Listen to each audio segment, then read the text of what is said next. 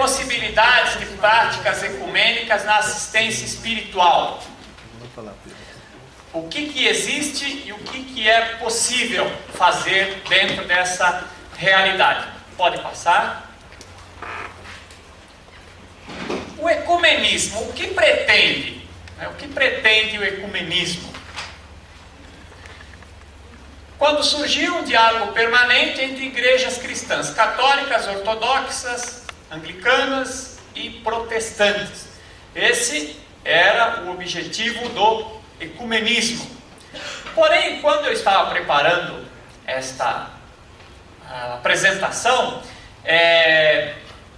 eu fiquei pensando, mas hoje, em se tratando de hospital, nós devemos ficar somente com essas denominações?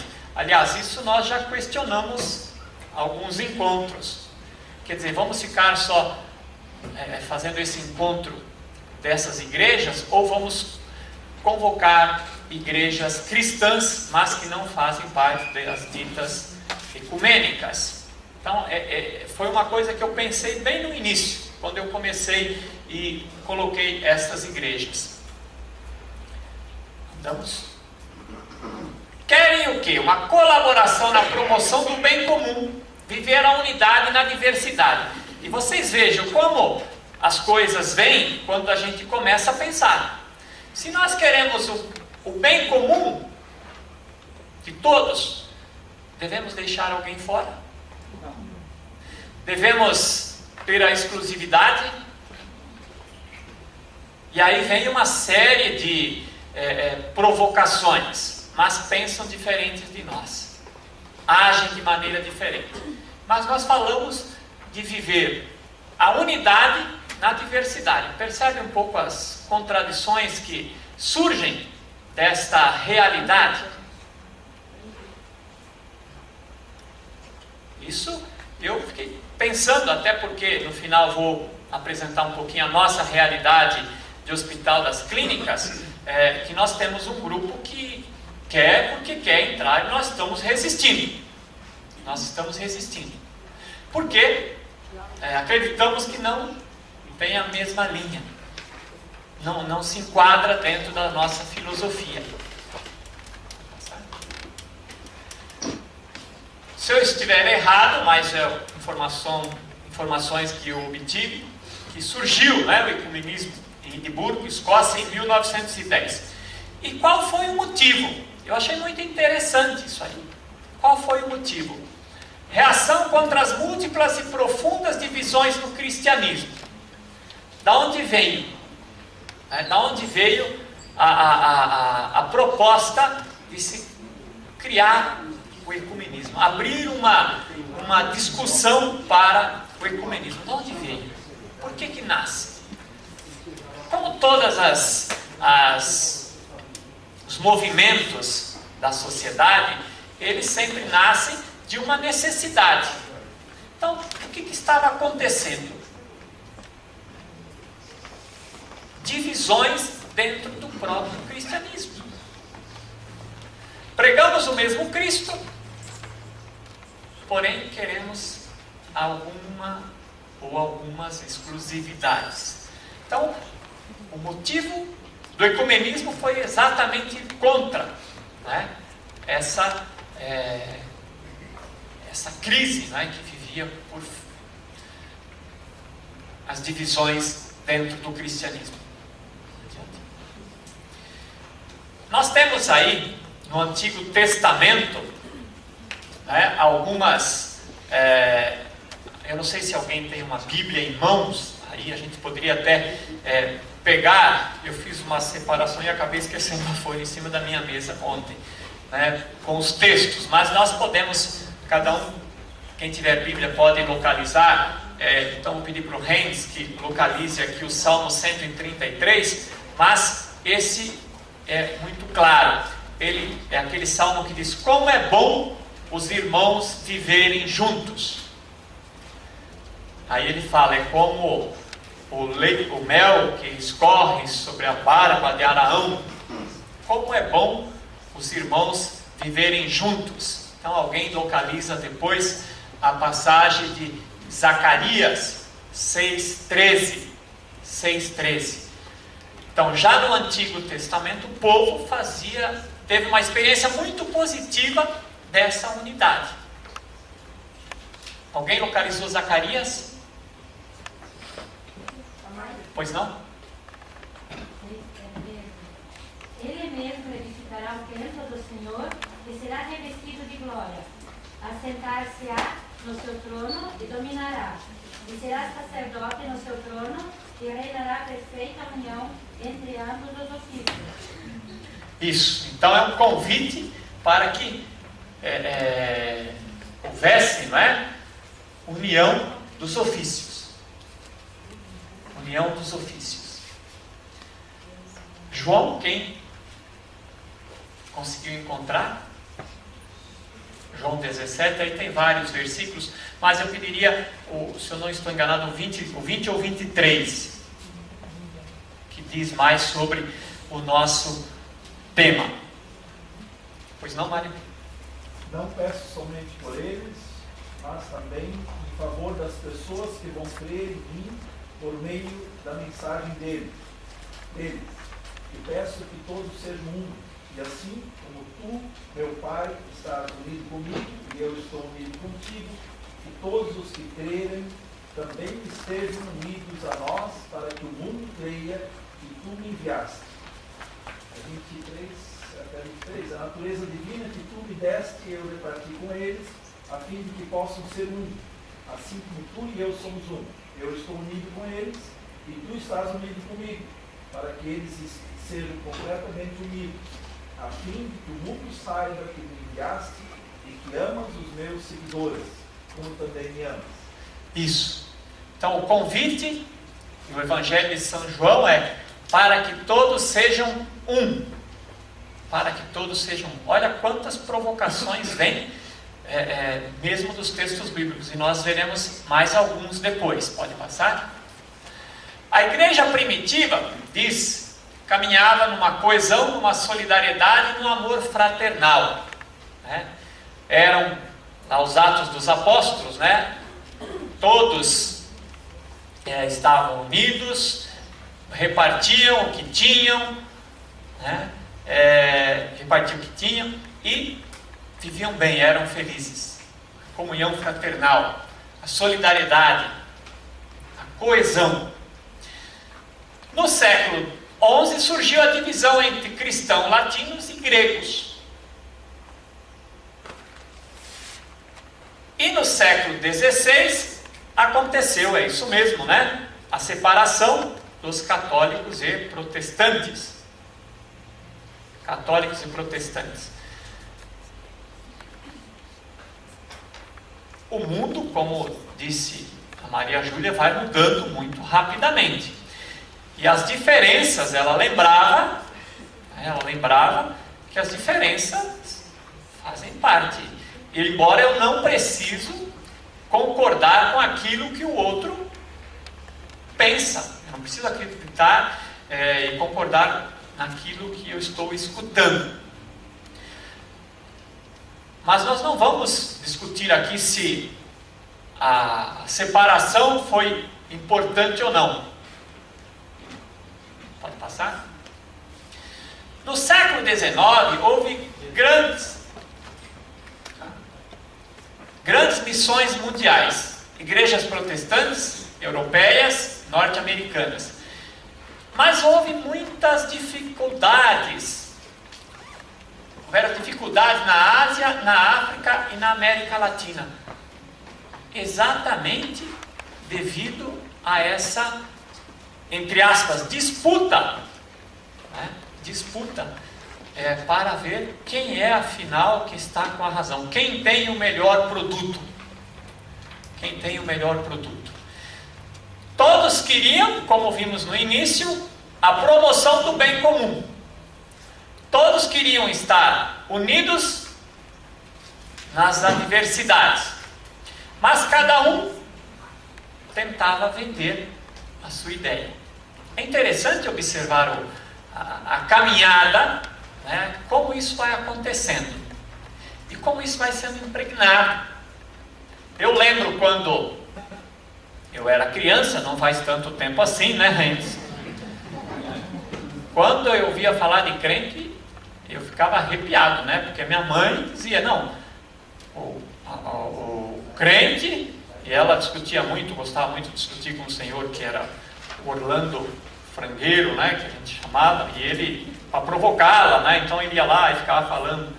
Aí ela falou, não, porque ele falou assim, vocês tiveram, o tempo que o João Paulo II vinha para o Brasil, o papão de vocês vem aí, né? É o símbolo da besta. Aí a minha mãe virou para ele e falou assim, e a sua religião? Que foi fundada por um católico porco que nunca ia na igreja. Católico porco que nunca ia na igreja. Discussão em alto nível, né? Mas é engraçado como essa mentalidade foi sendo assimilada, né? Assimilada. Mas o objetivo era a promoção do bem comum. O que existia então? O que ficou evidente? Uma incoerência gritante. Testemunhar Cristo era o objetivo, ou é o objetivo de todos. Porém, divididos e competindo. Dividindo e competindo. É claro que a competição, ela tem um lado saudável. Eu, sem querer defender a classe aqui, mas para muitas coisas, realmente nós devemos bater palmas para alguns, né, inclusive Lutero, que teve a coragem de... Né, eu vejo isso como uma coisa, sem fazer apologia àquilo que é melhor, né, mas a divisão, ela tem um lado bom, mas e nós vamos ver adiante que hoje o mundo chama para a comunidade, a unidade. Nós vamos ver alguns exemplos depois. No século XX, então, tinha pessoas que mesmo com convicção religiosa diferente, tinham posturas muito abertas. Estavam prontas para o diálogo. No entanto, existiam posturas muito radicais. Jesus é o único caminho. E antes do concílio, se dizia no mundo católico, fora da igreja não há salvação. E era um desespero danado quando nascia uma criança que tinha que batizar. Porque se não batizasse, não seria salvo. Ia para o limbo. Agora acabaram com o limbo. Né? Acabaram com o limbo. Mas vejam, porque Jesus é o único caminho. Jesus é o único caminho. Eu sou o caminho, a verdade e a vida. Ninguém vai ao Pai.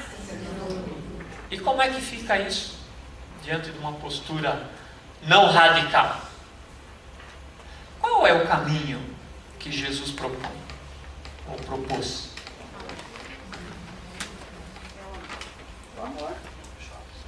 Na minha opinião, que julgo ser a única verdadeira, o caminho que Jesus propõe é o caminho do amor. Você é salvo pela graça de Deus e pelo amor. O amor de Deus é que salva. Guardem bem aquilo que a Maria Júlia falou, hein?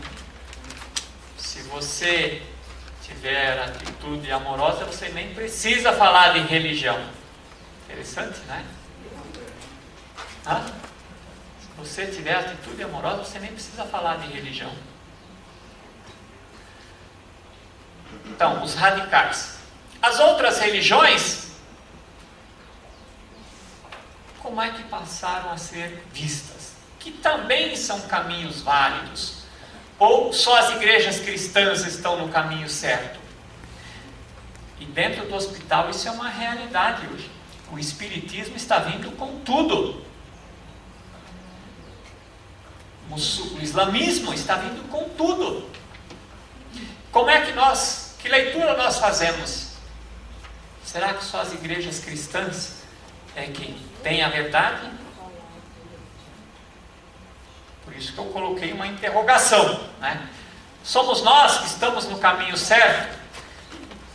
Uma das das razões pelas quais nós optamos para termos dentro do Hospital das Clínicas o serviço católico e evangélico foi, e não preciso esconder de ninguém, porque os padres chegaram primeiro e os pastores depois. Os outros que não chegaram, o problema deles. Não tem mais lugar. É verdade. É verdade. Então, a prática da assistência espiritual dentro do mundo hospitalar é um desafio hoje.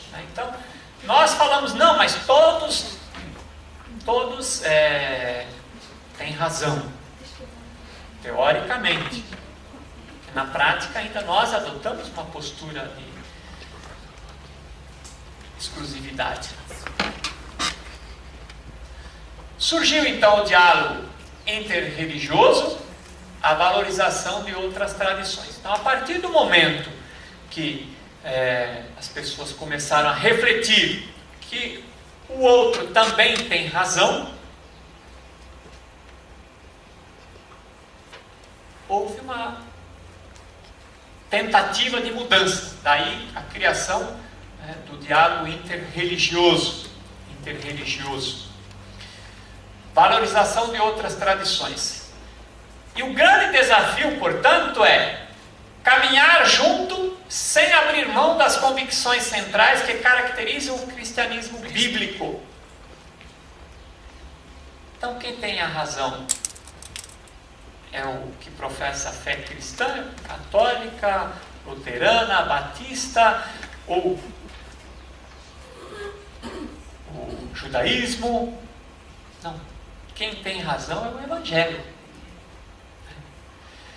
E se nós, aquele texto que o pastor Mário leu é muito significativo. Que todos sejam um.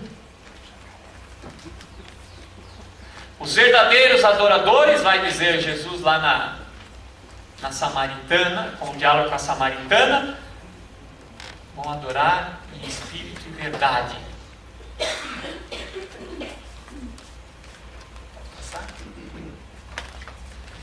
Você não saiu. Portanto, nós estamos vivendo um período de mudanças. Mudanças em todos os sentidos. Em todos os sentidos. Nós estamos, isso é evidente, observando uma diminuição do espaço religioso, cada vez mais, e da assistência religiosa. Outro dia fui chamado para uma reunião no Instituto do Câncer, aqui de São Paulo, que foi recém-inaugurado. Se eu não estiver enganado, vai ser o segundo ou terceiro maior hospital de câncer do mundo. Tem 750 leitos. E chamaram para uma reunião para que nós prestemos assistência religiosa lá. Mas vocês imaginam como será essa assistência religiosa?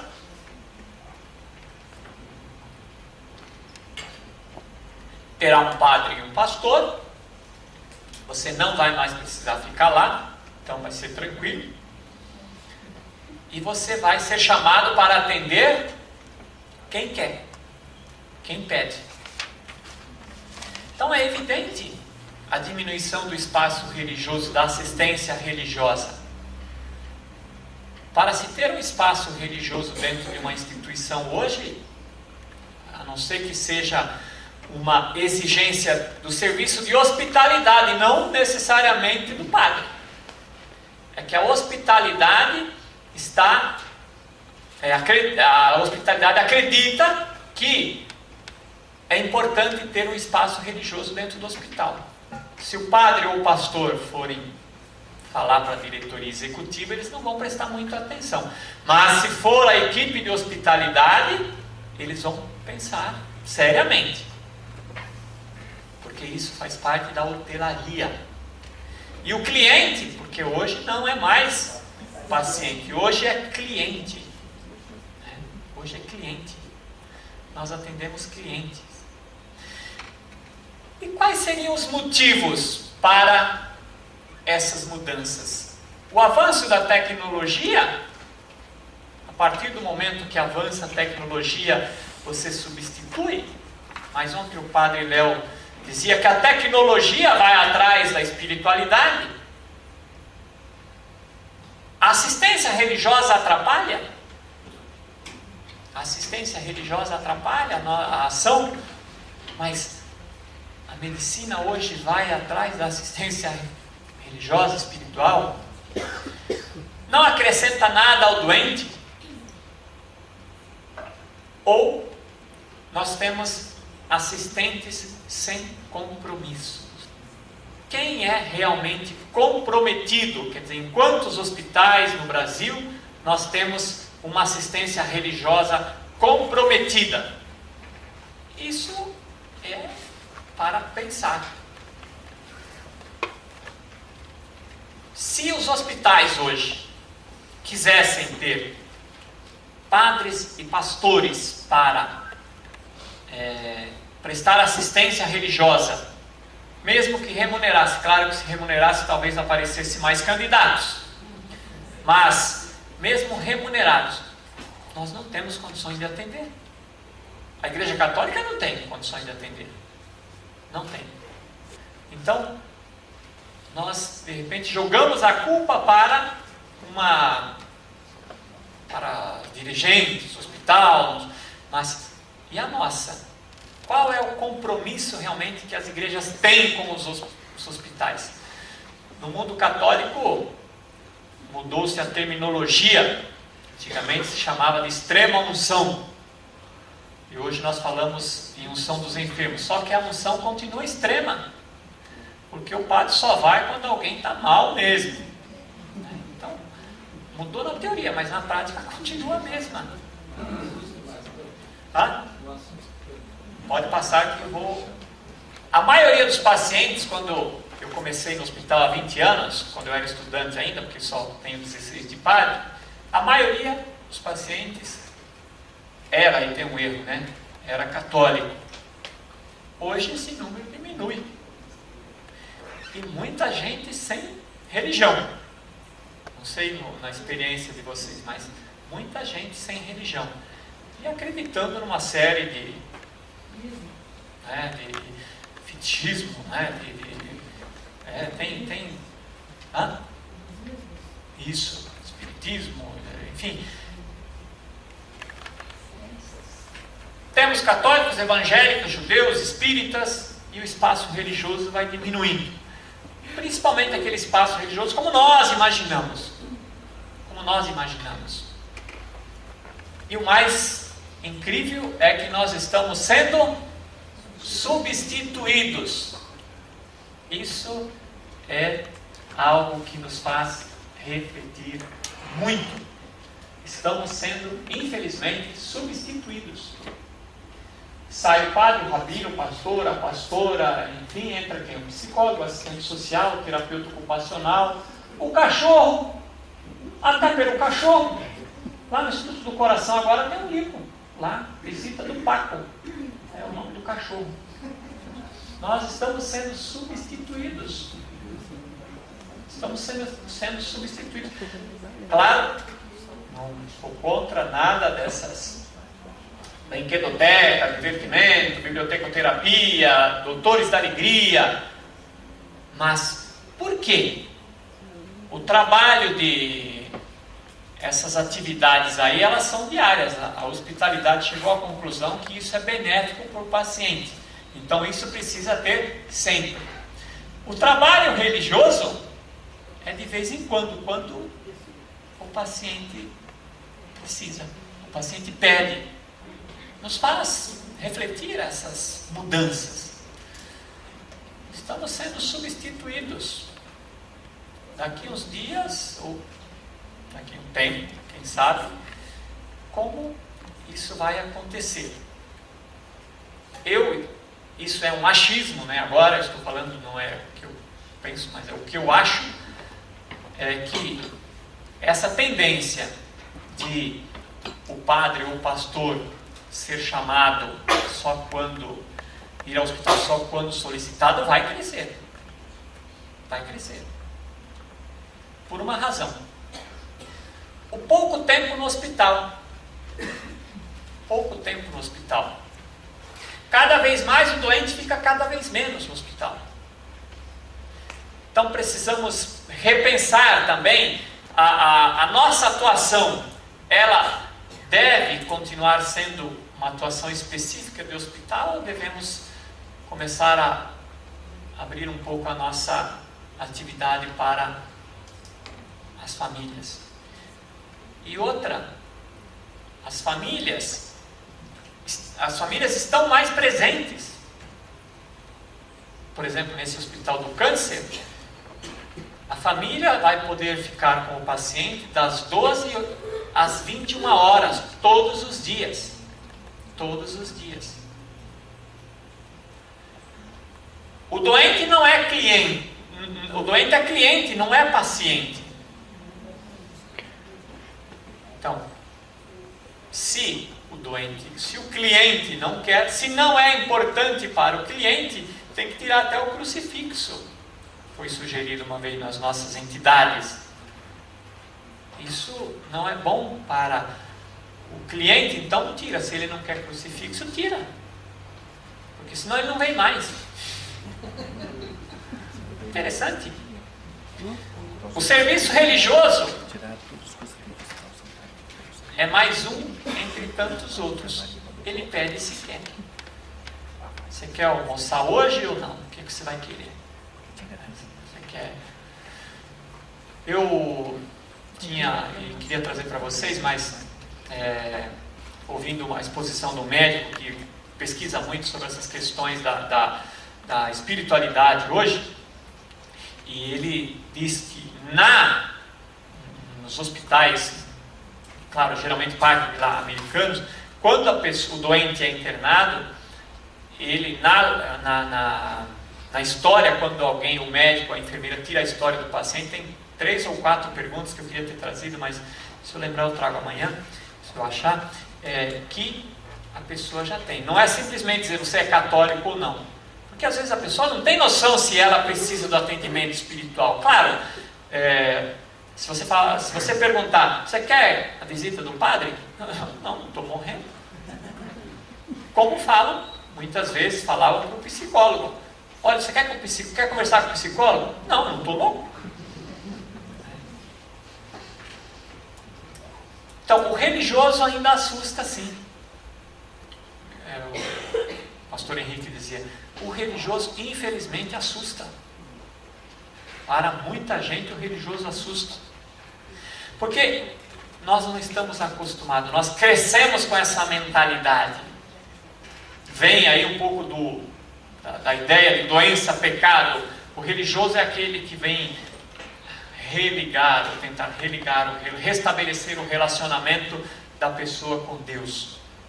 E o povão, embora nós religiosos acreditamos que isso não assusta mais, mas assusta. Assusta. Estamos abertos para estas mudanças? Estamos abertos, estamos prontos para essas mudanças? 3 posições se evidenciaram em relação ao novo ecumenismo. Interessante.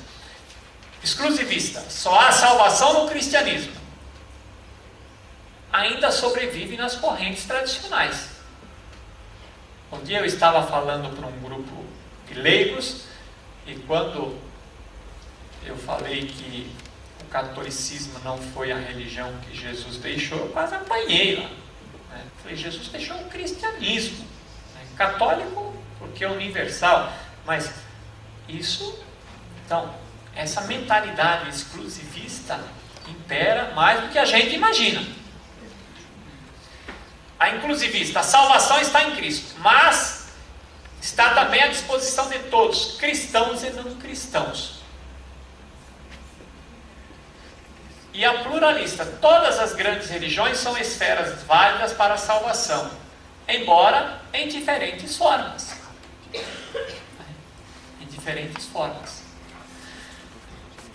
E mexe com a gente, porque um dia, numa conversa lá entre padres, então a pessoa dizia, mas por que ter religião então?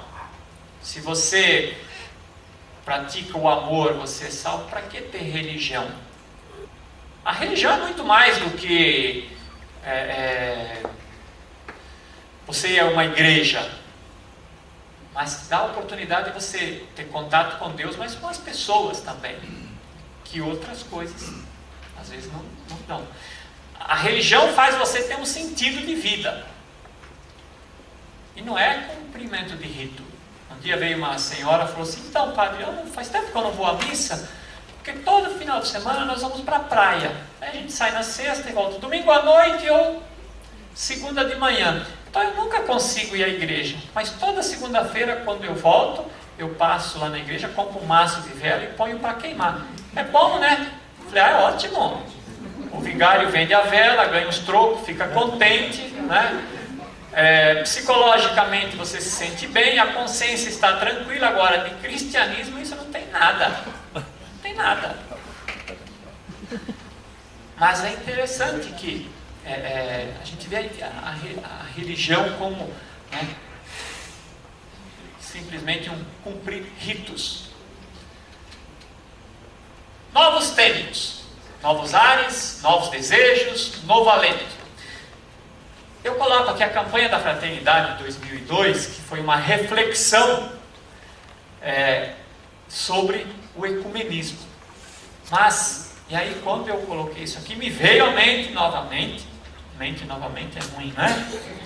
Pensei, mas nós queremos diálogo, mas com aqueles que pensam mais ou menos como nós. Ou aquilo que está lembrando o pastor Mário. O diálogo para dizer para os outros o que eu quero. Mas é claro, sentar à mesa e conversar com alguém que pensa mais ou menos como você é muito mais fácil. Então eu fiquei refletindo sobre isso quando coloquei esse texto. A lembrança da campanha da fraternidade. Muito boa, mas com aqueles que estão mais ou menos próximos de nós. Quem é o melhor? Ou o que fazer para melhorar? É a grande pergunta. Quem é o melhor? O que fazer para melhorar? O que devemos fazer para melhorar? Vejamos. Diz um pensador: de uma árvore que tomba, todos notamos e comentamos a sua queda, mas não nos damos conta de toda uma floresta que cresce silenciosamente. Quando uma árvore cai, todo mundo comenta, mas a floresta ela cresce independente. E como ela cresce vagarosamente, a gente nem se dá conta. Portanto, somos tentados a observar e comentar um outro aspecto mais doloroso nas relações entre as igrejas. Mas não nos damos conta de que aquilo que nos une, que nos faz crescer e permanecer juntos, de pé, é muito mais forte e maior do que tudo mais. Pensamento bonito. Nós, a tendência, e quando nós criticamos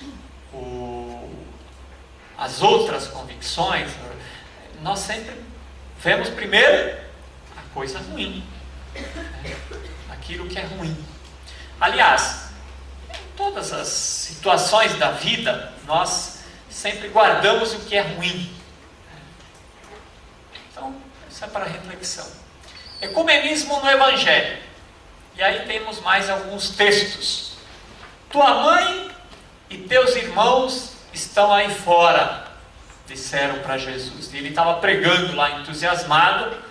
Tua mãe e teus irmãos estão aí fora. E o que ele respondeu? Quem é minha mãe? Quem são os meus irmãos? Minha mãe e meus irmãos são todos aqueles que ouvem a palavra de Deus e a põem em prática. Que ouvem a palavra de Deus e põem em prática. O bom samaritano.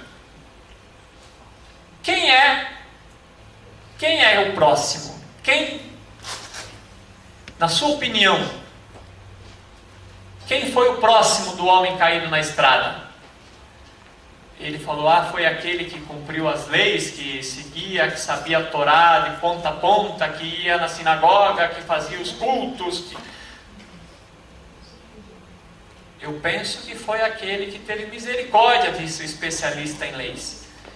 E ele diz, vá, você e faça a mesma coisa. Vá, você e faça a mesma coisa. Não estaríamos nós, nação da boa vontade, mais preocupados com as normas bíblicas do que com as pessoas? A samaritana é muito interessante. Eu adoro esse texto da samaritana. Até fiz uma reflexão, está no livro também, né? Sobre a samaritana. Porque a atitude de Jesus com a samaritana, primeiro, um homem pedir água para uma mulher, que era uma coisa absurda na época. Principalmente ele sendo judeu e ela sendo uma samaritana.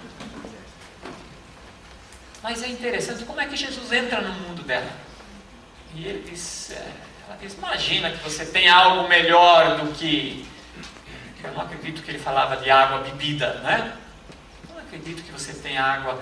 Não, se você beber, nunca mais vai querer. E a samaritana bebeu. E ela ficou tão entusiasmada que foi lá na cidade e chamou todo mundo, né? E Jesus dá uma... Qual é a vontade de Deus? Se não me engano, ela pergunta, né?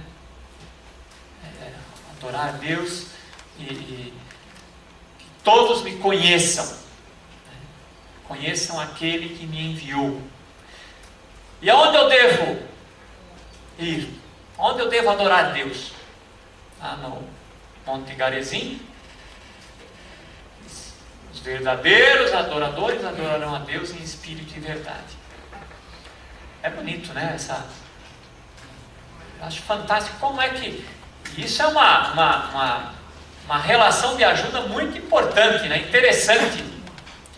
Porque Jesus não fala em nenhum momento eu sou o Messias. Você tem que acreditar em mim. Mas a atitude dele fez com que ela a atitude dele agregou gente, né? Zaqueu. Alguém poderia ler Mas a história de Zaqueu foi hospedar-se na casa de um pecador. Foi hospedar-se na casa de um pecador. Corrige os seus discípulos. E lá no Evangelho de Marcos,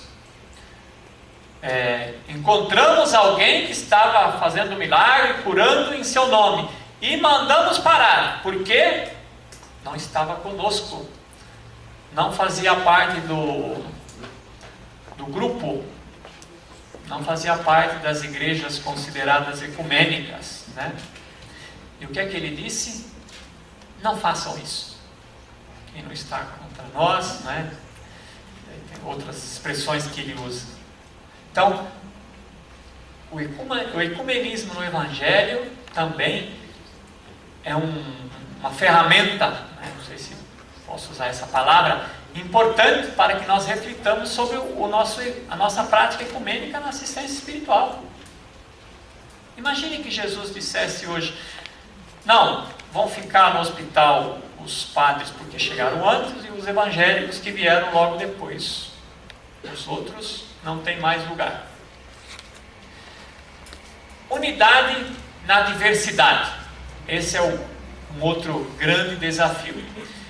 Eu peguei aqui um exemplo muito comum hoje. As empresas fazem o quê?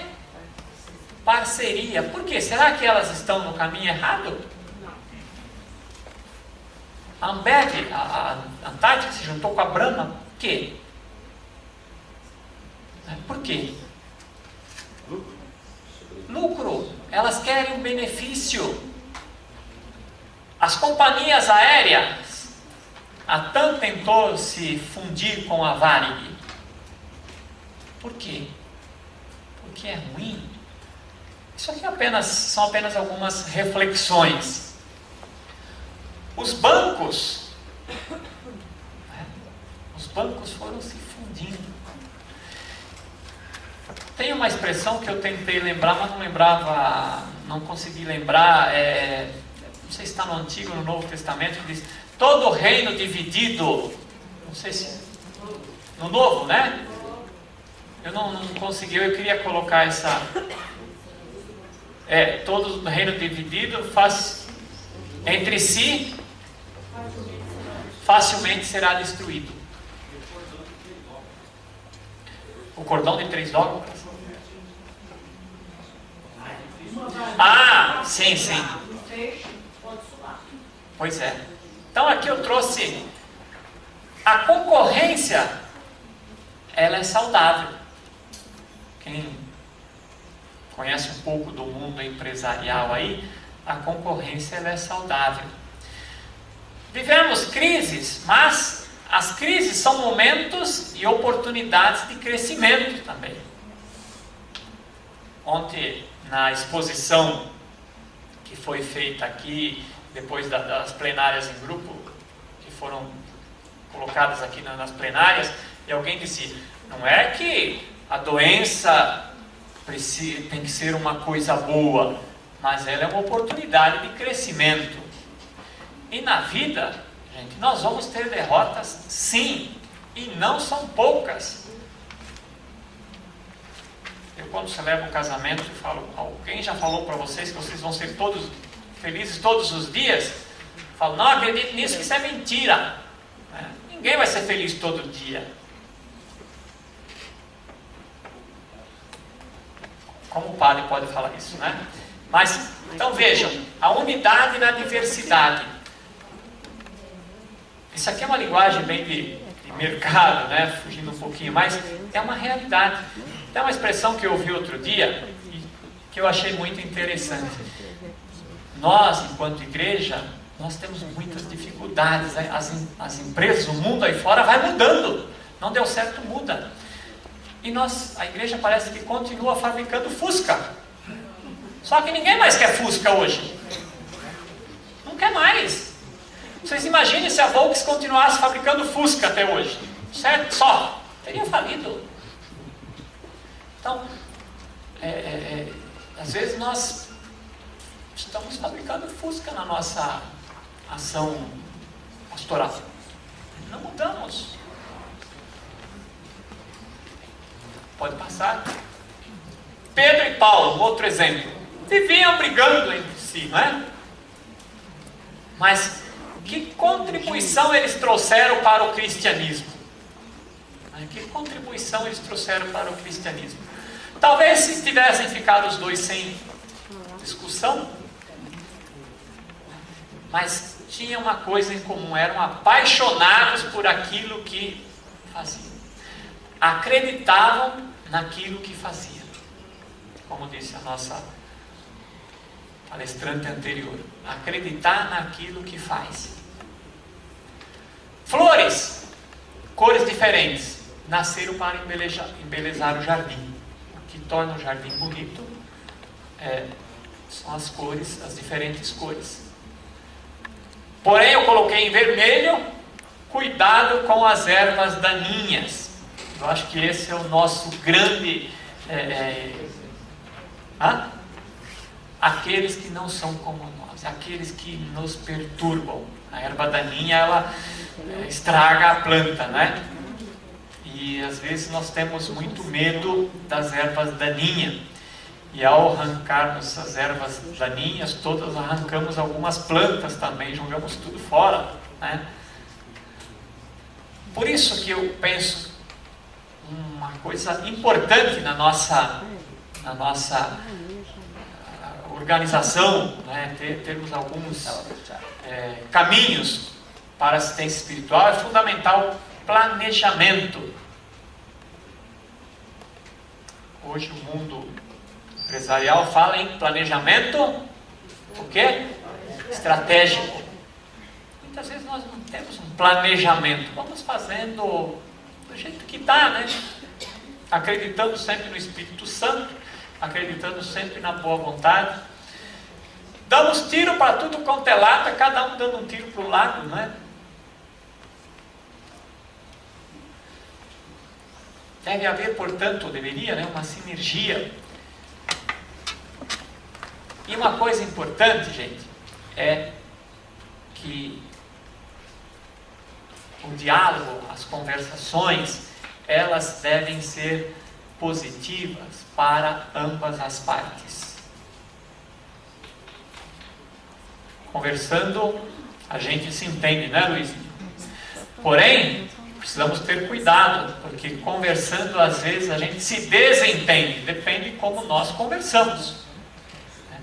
Então, o bom negociador, o vendedor, o empresário, o bom não é aquele que ele ganha sempre. A boa negociação é onde ambos ganham.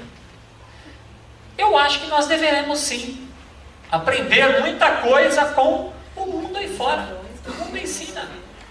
E não se esqueça, nós somos uma grande empresa. E temos um produto muito bom, de qualidade. Mas às vezes nós não temos aí, como diz os marqueteiros, não sabemos fazer bem a nossa praça, né? Não sabemos fazer a promoção. Mas temos um produto bom.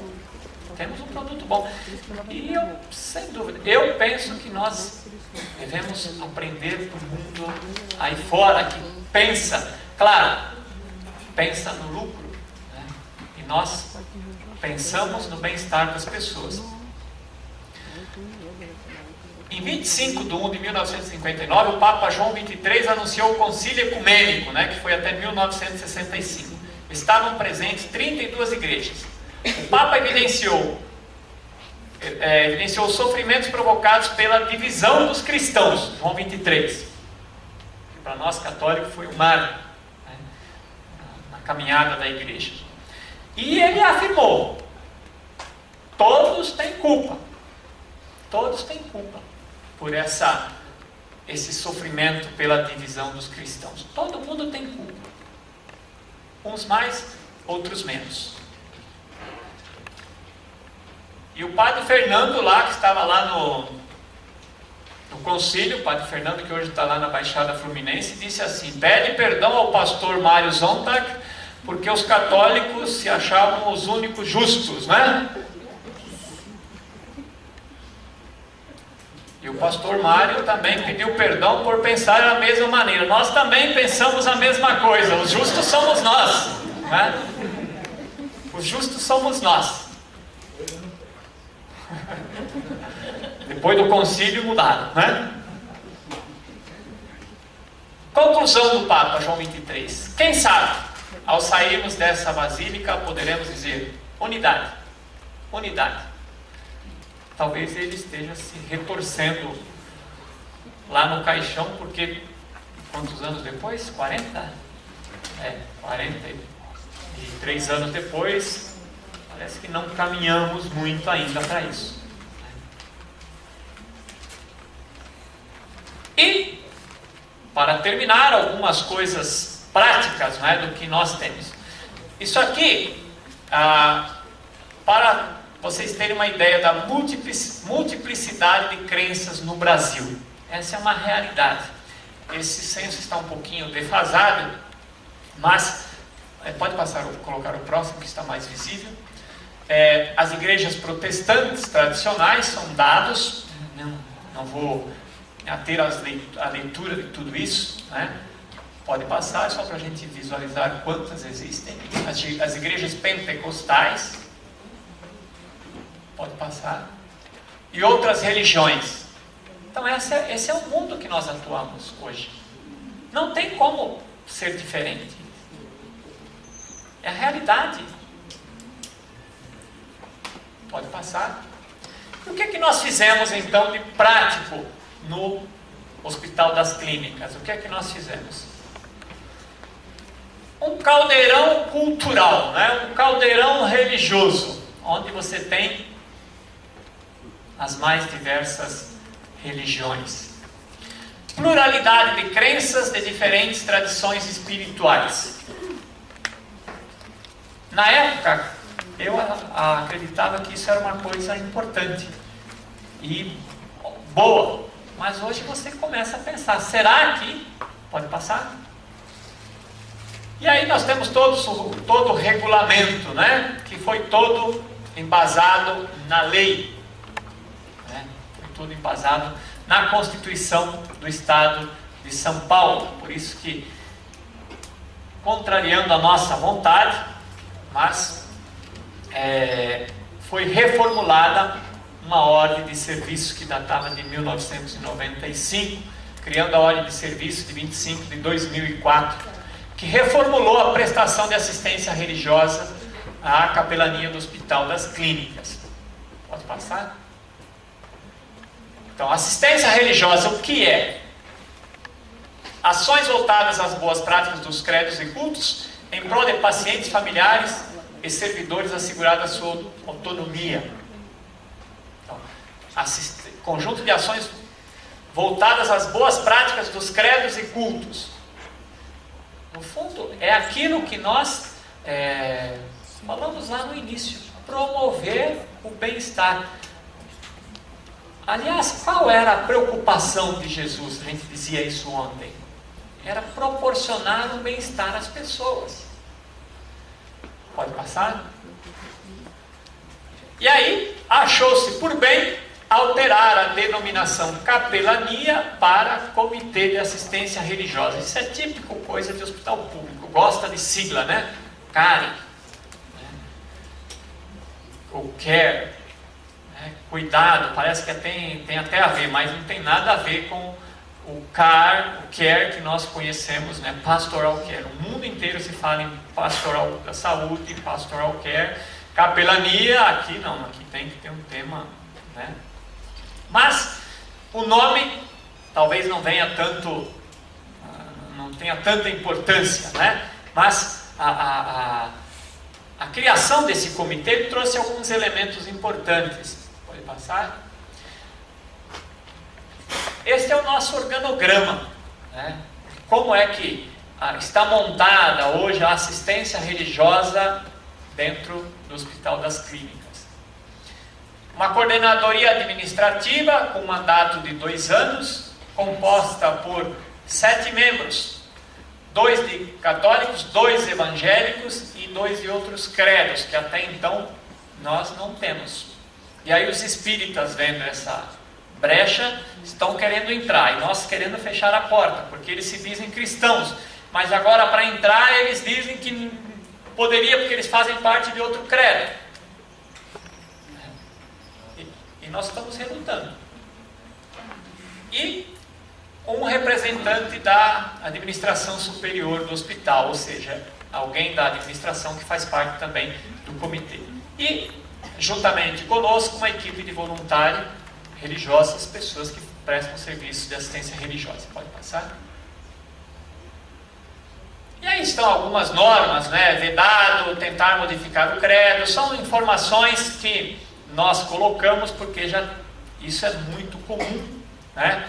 Tentar mudar o credo da pessoa, utilização de logomarca, porque queira ou não, o Hospital das Clínicas tem um nome, né? Então tinha muitos que faziam cartões com o emblema do hospital, isso é proibido, né? Enfim. Emitir opinião vinculada a credo religioso, pode passar. Dar ao paciente água, algumas informações, prometer ao paciente cura física ou milagres, né? Pode passar. No fim, resumindo, então, nós falávamos, o hospital é um caldeirão religioso, né? Uma multiplicidade de crenças, mas com o fim voltado para o bem. Ou espera-se que que todas as ações estejam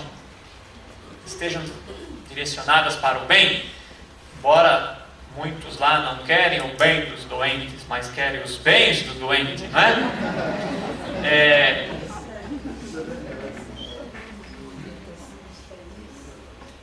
nós chegamos a essa conclusão. Uma multiplicidade de crenças, mas uma convergência de ideologias para o aproveitamento de valores positivos. Então, na minha maneira de entender, o que é importante, né, para uma boa organização do serviço num hospital, uma assistência ecumênica, é aproveitar aquilo que os outros têm de bom, né? Aproveitar as coisas boas, os valores positivos.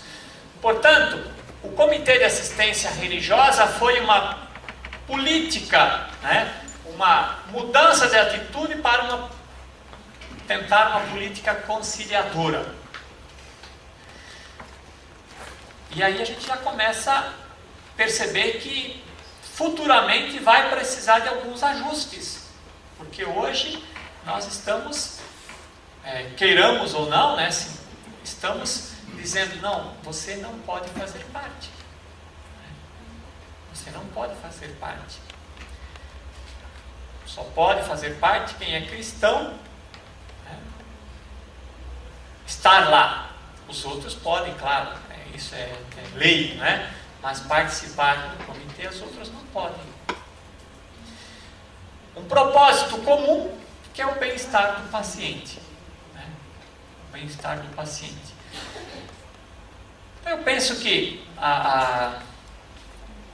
esses questionamentos, e eu vou deixar aqui como provocação, porque quando eu estava preparando essa aula, eu refleti bastante sobre aquilo que nós já discutimos e dissemos não algumas vezes para a participação de outras pessoas que não fazem ou não comungam com o nosso jeito de pensar.